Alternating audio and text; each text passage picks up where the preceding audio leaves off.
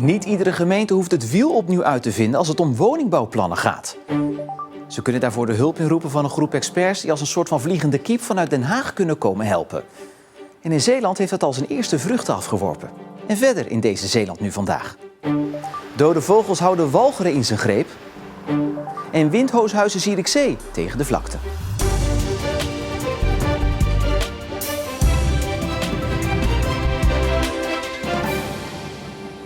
Goedenavond.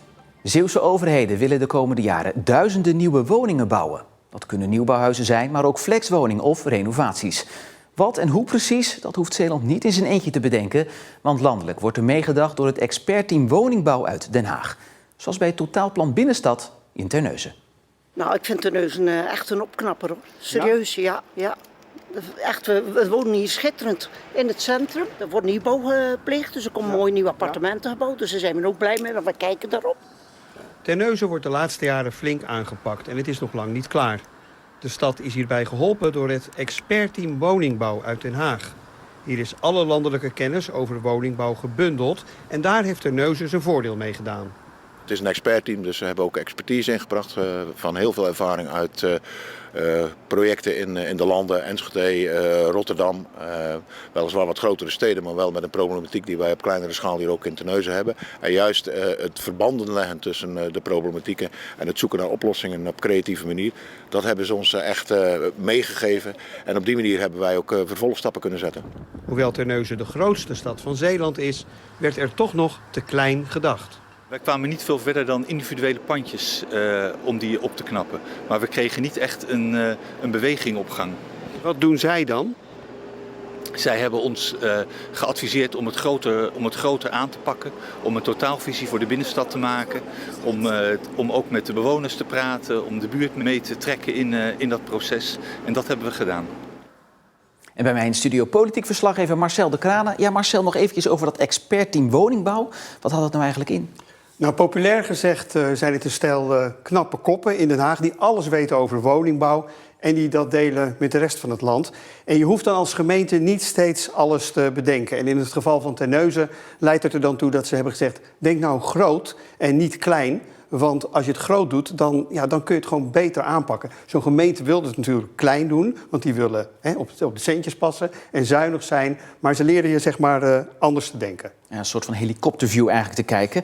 Terneuzen heeft er dus handig gebruik van gemaakt. Blijft het daarbij in Zeeland? Nee, de 5 Bevelandse gemeenten die zijn ook aan de slag gegaan met dat expertteam woningbouw. En wethouder Bot van Rijmerswaal is degene die dat voor die gemeente coördineert. Wij hebben de ambitie om de komende 5 jaar 450 flexwoningen te plaatsen op diverse plaatsen in de Bevelandse gemeenten. Ja, en zij hebben vaker met een bijltje gehakt en ondersteunen ons gewoon om dat vorm te geven. Hoe pak je dat precies aan, maar ook over de business case, dus hoe is dat betaalbaar te maken. Daar helpen ze ons bij. Ja, Marcel, verwacht je dat die kennis van het expertteam nog vaker zal worden ingezet in Zeeland? Ja, dat denk ik wel, want de woningnood is natuurlijk hoog. Hè? De provincie Zeeland heeft trouwens de samenwerking met dat expertteam verlengd. Die bestond al vanaf 2019. Dus gemeenten die kunnen opnieuw aankloppen voor de hulp van dat expertteam en voor subsidie bij het provinciehuis in Middelburg. Marcel, dankjewel. De windhoos deed het voorwerk en de slopershamer heeft het afgemaakt. De 5 woningen in Zierikzee die het zwaarst getroffen waren door de windhoos zijn gesloopt. Eigenaar woningcorporatie Zeeuwland doet dit omdat slopen en opnieuw bouwen goedkoper was dan de getroffen huizen te herstellen. Maar Kees de Boer werd daardoor wel dakloos. Iedere dag komt hij met de fiets kijken bij zijn oude huisje aan de Kallandweg. De plek die Kees moest verlaten direct na de tornado. Zo'n raar gevoel. Ik heb hier zo lang gewoond en dit is mijn straatje gewoon en nu niet meer. Weg. 27 juni. De beelden van de tornado die over Zierikzee raast. Omgeknakte bomen, 1 dode en honderden huizen met schade. De woning van Kees is plotsklaps onbewoonbaar. Sindsdien woont hij in een klein kamertje aan de andere kant van de stad. Nee, ik heb niet naar mijn zin. Nee. Het is maar te klein. Er zijn misschien 300 dozen in de kamer. Overal zijn dozen. Hier ben jij niet. Eerst drukker op de Kallandweg en daar is maar heel stil. Hier is mijn plekje. Maar er is goed bericht. Volgende maand mag Kees verhuizen. Van Zeeuwland kreeg hij deze woning toegewezen. 5 huizen van de plek waar hij ooit woonde. Af en toe kan ik wel eens een beetje schreeuwen. Dat ik toch weer een plekje krijg hier. Gelukkig dat het huisje leeg kwam. Want dat ik het niet zou moeten wachten, 2,5 jaar misschien op een nieuw huis. Maar goed, dit was mijn plekje. Op de plek waar Kees ooit woonde worden nieuwe huizen gebouwd. Op de Walgense stranden spoelen de laatste dagen honderden dode vogels aan. De vogels hebben waarschijnlijk vogelgriep. Strandgasten worden met posters bij strandovergangen gewaarschuwd. De vogels houden de strandgasten flink bezig. We lopen regelmatig over het strand, dus dan kijk je automatisch of je ook dode vogels ziet.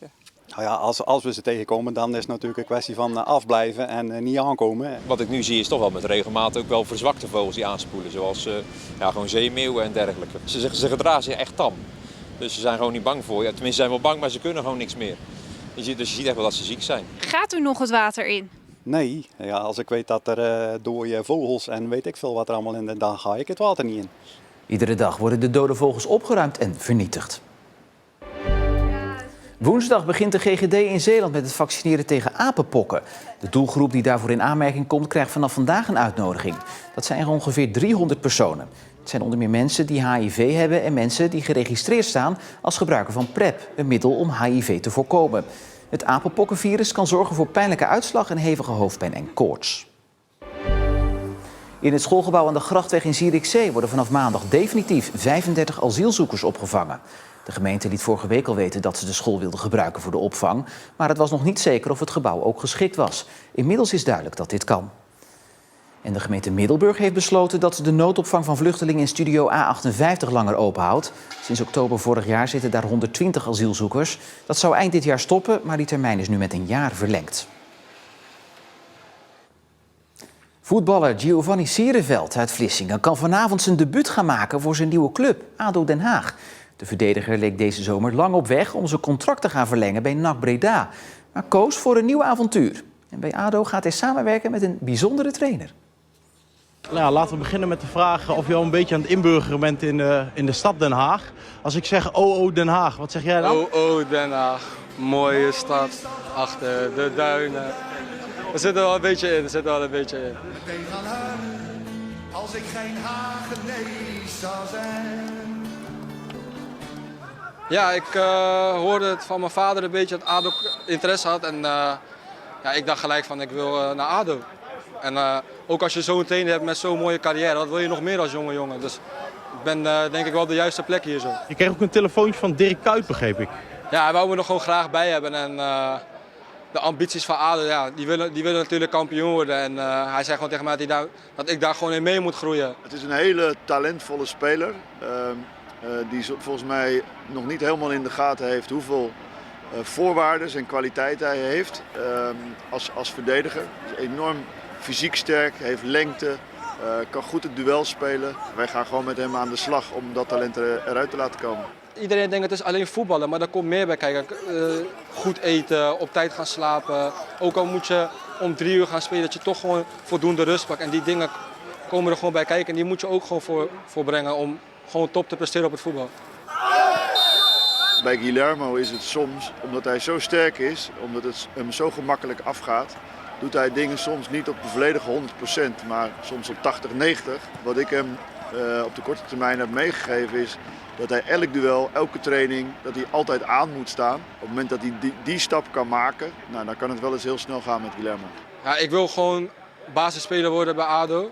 Ik wil zoveel mogelijk wedstrijden spelen, promoveren of kampioen worden. Want ik vind gewoon dat ADO in de Eredivisie hoort en ik denk dat hij mij daar gewoon bij kan helpen. Den Haag, mooie stad achter de duinen. Maar als je nou moet kiezen tussen Vlissingen of Den Haag, een stad achter de duinen, wat kies je dan? Dat is een moeilijke vraag, Den Haag is een mooie stad, een mooie strand. Maar Vlissingen is toch iets vertrouwelijker. Dus ik denk dat ik voor Vlissingen kies. Maar ja, Vlissingen wel.